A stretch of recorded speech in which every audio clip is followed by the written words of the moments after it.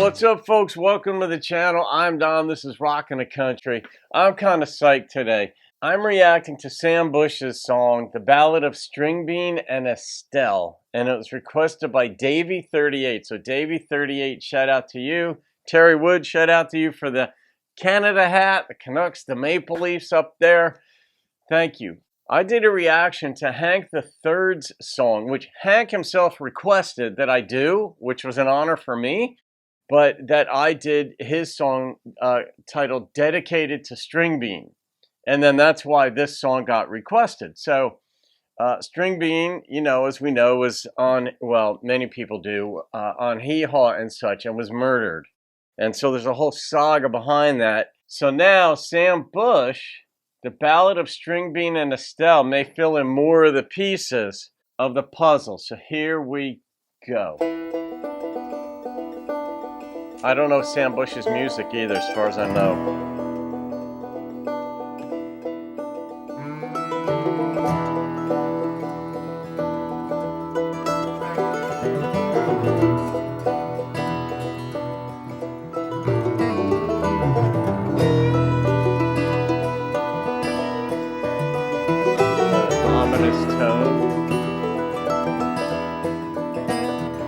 On Ridgetop, Tennessee in 1973, the Brown Boys killed Stringbean and Estelle.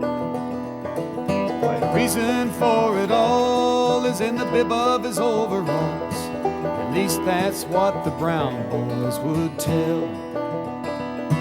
The thieves laid in wait for hours, but things didn't go their way. Just a simple plan to rob a banjo man, but he wouldn't let go of his Opry pay.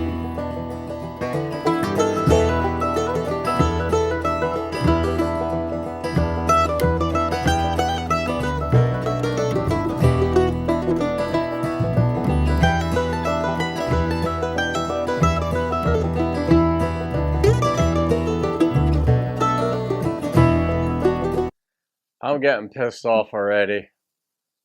You know what? I mean, I know horrible things happen in this world. I've been around long enough to know, but I still cannot connect with the idea that somebody could contemplate taking someone else's life. I mean, the only time I can get it is if you've done something horrendously wrong. That part I get. This kind of stuff just pisses me off, man. There must have been a terrible struggle for the cash in his bib overalls. The Brown Boys said, "Don't give us no trouble. We came for some, but now we want it all." Yeah, the thieves said, "Stand and deliver." But Stringbean would not tell. And later we would learn there was a point of no return. They shot him dead, then they shot Estelle.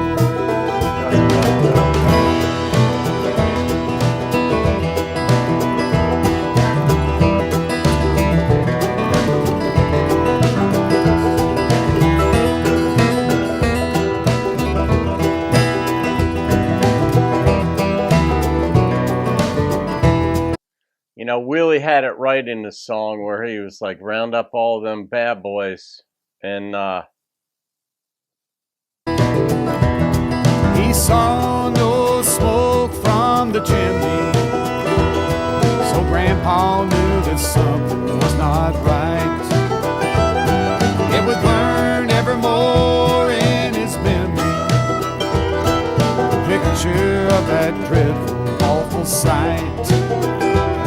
And 23 years later, they tore the fireplace down. There was $20,000 that the Brown Boys never found.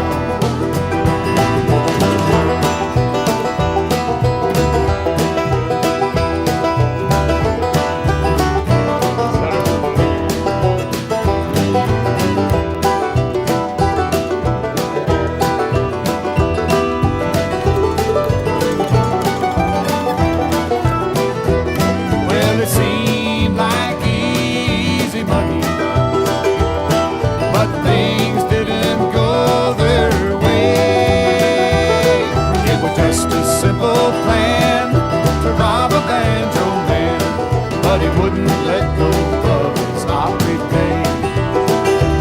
Now String said, you can't have my Opry pay.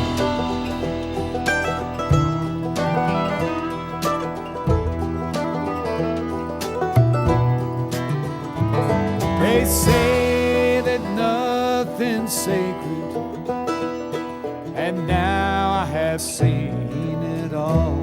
Yeah. I read it in this morning's paper. They auctioned off String's overalls. Jesus. It's like the Shroud of Turin type theme right there. Like take a deceased. Yeah, I mean that laid out the whole story, right? I mean, I don't know how they knew some of those details unless the Brown boys said this is how it went down. But in emotional moments like that, you think it went down a certain way, and it might have been some of the details are off. That's always what happens, actually. But so there was 20 grand in the fireplace, like in the chimney. I guess the Brown boys never got that, but whoever ripped down that chimney, I guess the new owner of the home, whoever that was, if it left the family, if it left the family, someone would have found that. Yeah, and I don't know how foolish it was, of Stringbean. I get standing your ground in that.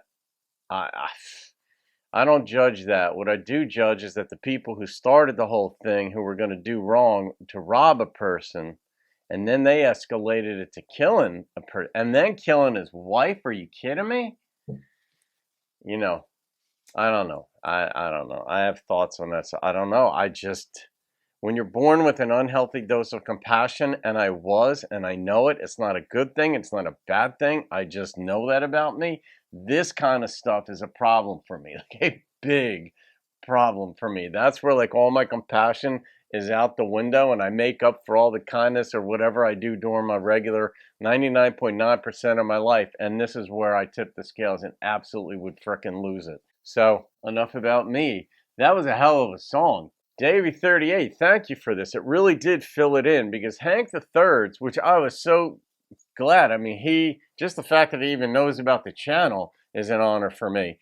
But he requested that I react to his song, and then he commented, because I made a comment, I didn't know who did the editing of all the imagery in Hank's song. And he came back and said, I did all the editing, because that was a hell of a lot of work to do that. And I was like, wow. So, but I didn't understand all the lyrics and the full extent of the story.